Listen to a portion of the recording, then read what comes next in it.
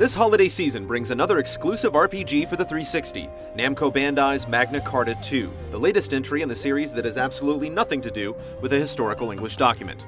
The game mixes things up with its novel battle system, but isn't enough to help it stand out from the rest. Another one! Juto, leave the rest to me.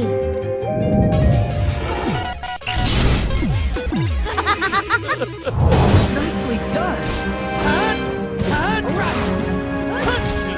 The story of Magnacarta 2 is one of civil war, with two opposing factions fighting for causes they each truly believe represent the good of all. For most of the tale, your heroes believe their side is just, but as inconvenient truths manifest, their resolve begins to unravel. It all leads to a bittersweet ending that will have you questioning your entire adventure. It's a bit of a shock. The premise is promising enough, but the execution is flawed. Most of the dialogue is delivered through static exposition sequences that won't hold your attention very well, and the story's pacing is incredibly sluggish out of the gate.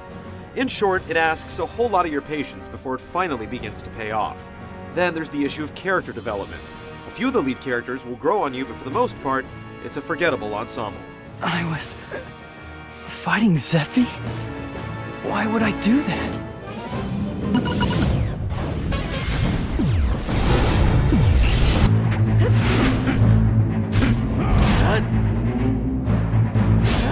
Magnacarta 2 follows a traditional formula. You explore environments, gear up at each town you visit, and level your characters through combat.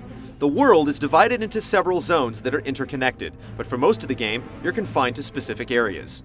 The boundaries are all dictated by the story, and until you complete the main objective in each area, which usually means defeating a monstrous boss, you won't be able to progress to the next part of the game. This doesn't necessarily mean the game is strictly linear, though, as there's some emphasis on straying off the beaten path. While most games force you to grind through countless battles to level up, Magnacarta 2 delivers a now familiar alternative, the MMO-style quest. In nearly every segment of the game, you'll meet NPCs who dole them out, and reward you with experience, money, and loot upon completion.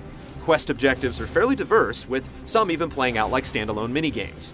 You'll still need to fight the occasional foe or two to advance in addition to questing, but the game strikes a welcome balance between the two options. Throughout the game, you control a party of 3 active members, with up to 3 more sitting in reserve. Each character wields a specific type of weapon, and comes with a unique skill tree to boot. The advancement system isn't very deep overall, but you do reap solid benefits by enhancing your weapons. This will feel familiar to fans of Final Fantasy VII, and if you exploit it for all it's worth, your characters will be much more powerful for it. Quests and weapon upgrades aside, Magnacarta 2 is held back by its claustrophobic world. There's not a lot of diversity in the lay of the land. You'll find yourself constantly retreading the same old areas. All told, expect to while away around 35 hours as you ramble through it.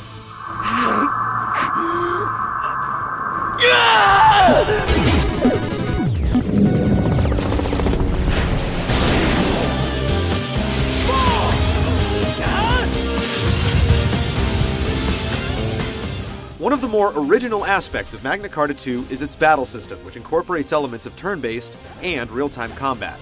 As you traverse each area, you'll come across enemies that you can engage or avoid. If you decide to enter combat, the game shifts into battle seamlessly.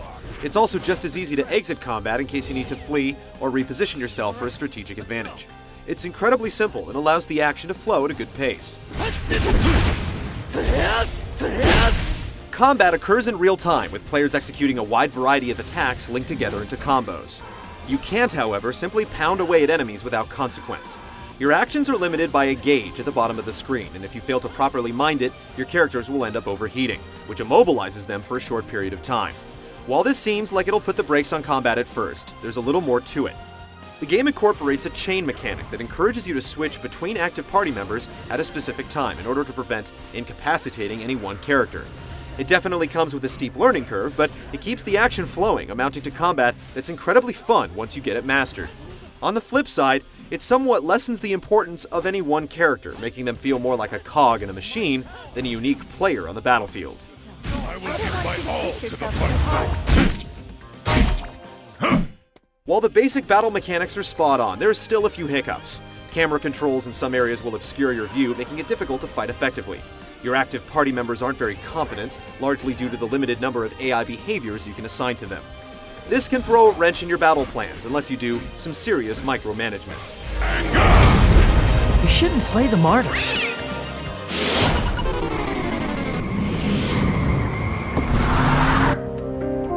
What is this?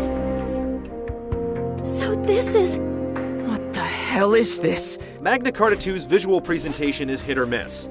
Character and enemy models look decent, and some of the environments truly stand out. Many of the backgrounds look ugly though, since there's a constant blur effect that obscures the short draw distance. There's also a good amount of load time to deal with. For such a dialogue-heavy game, you would hope that the voice work were more up to the task.